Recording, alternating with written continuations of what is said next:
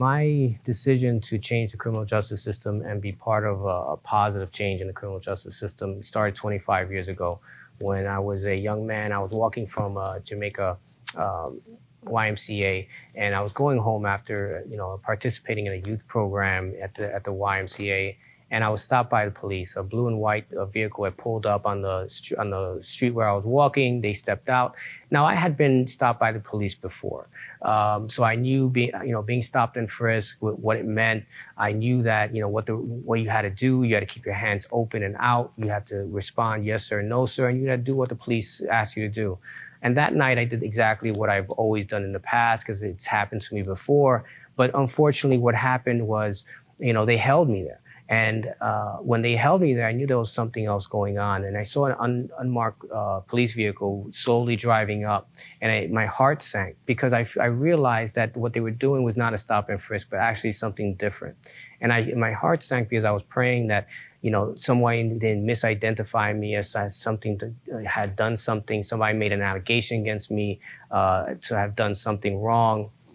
So when the car stopped, I looked over and it kept going. And the police said, you're on your way to go home.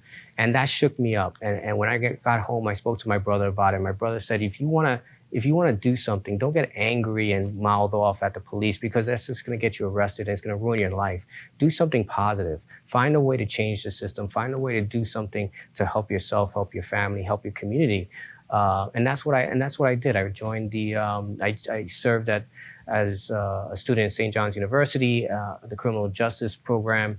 I went on to go to law school because I realized that it was not the police officers who had control of the criminal justice system, but actually the lawyers, the prosecutors, the defense counsels, and the judges who had real control of the criminal justice system. So I went to law school to make more of a change. And then I joined the Brooklyn District Attorney's Office because that was that was a prosecutorial office that actually engaged in alternative sentencing, actually engaged in diversion, helped people get into a drug treatment program. They had the first Brooklyn Treatment Court.